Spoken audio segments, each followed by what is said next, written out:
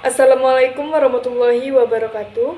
Saya Nada Delila dengan NIM B1B12304 dari program studi Ilmu Pemerintahan Fakultas Hukum Universitas Jambi.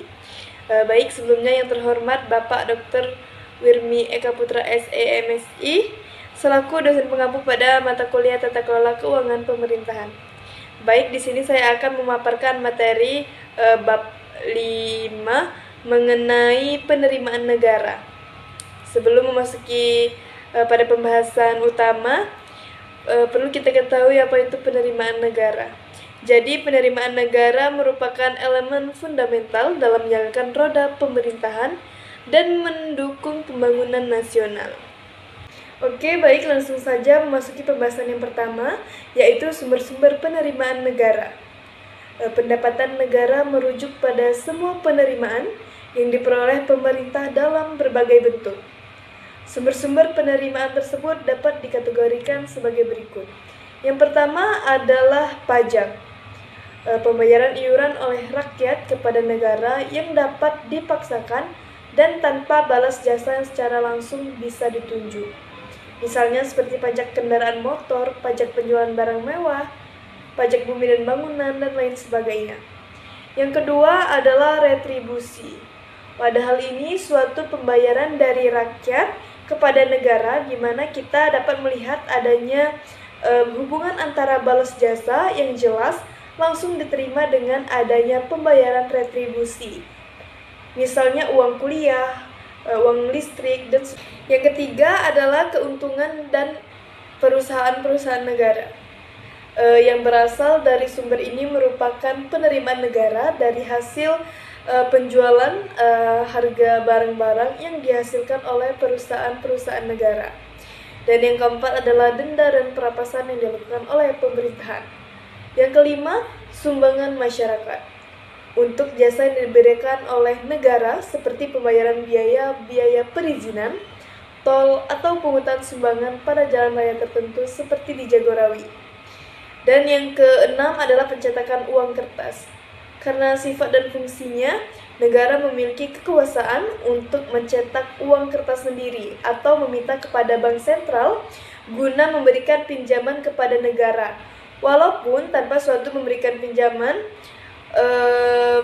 ini tanpa suatu backing. Tetapi jika tidak dijalankan dengan baik, maka akan terjadi inflasi yang akan mempengaruhi pajak yang sering disebut pajak yang tidak ketara. Baik, selanjutnya yang ketujuh adalah hasil dari undian negara.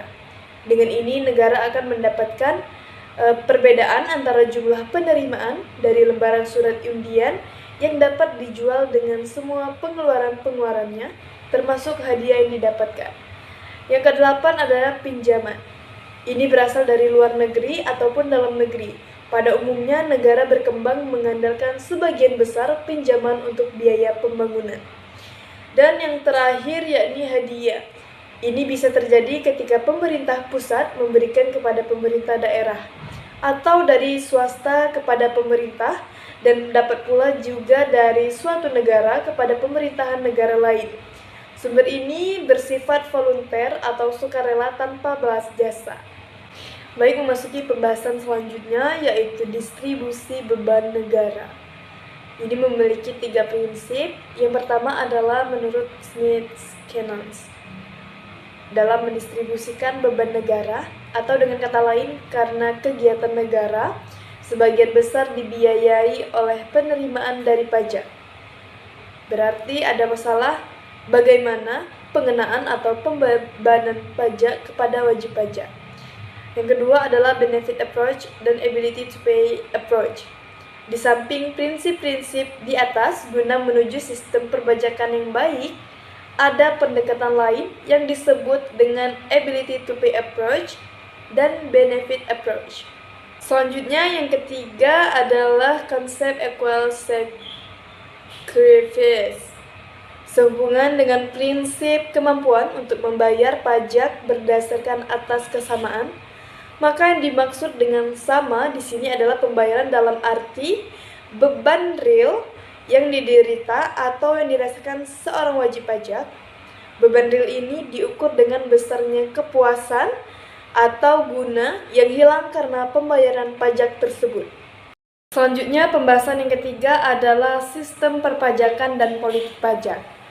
Setiap pajak terdiri dari sasaran atau objek pajak atau tax base dan tarif pajak atau tax rate.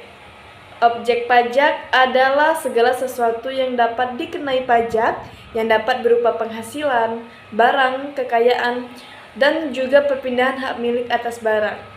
Dengan membandingkan antara beban pajak dari setiap ditambah dengan nilai seluruh kekayaan setelah dikurangi dengan kebutuhan pokok atau esensial dari seorang wajib pajak. Struktur pajak terdiri menjadi 3, yaitu pajak progresif, pajak proporsional, dan pajak regresif. Pajak progresif yang pada hal ini apabila pajak itu dikenakan dengan persentase yang semakin tinggi dengan kemampuan membayar pajak. Dan yang kedua adalah pajak proporsional. Apabila pajak itu dikenakan dengan persentase yang sebanding dengan perkembangan penghasilan setelah dikurangi dengan kebutuhan esensial. Dan yang ketiga adalah pajak regresif. Apabila pajak dikenakan dengan perkembangan yang kurang sebanding dengan perkembangan taxable capacity. Selanjutnya, saya akan membahas mengenai penggeseran beban pajak.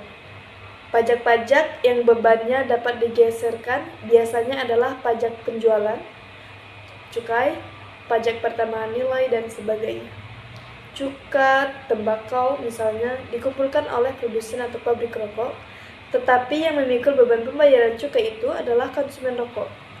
Cara menggeserkan beban pajak tersebut ialah dengan menaikkan harga rokok yang terkena pajak atau cukai.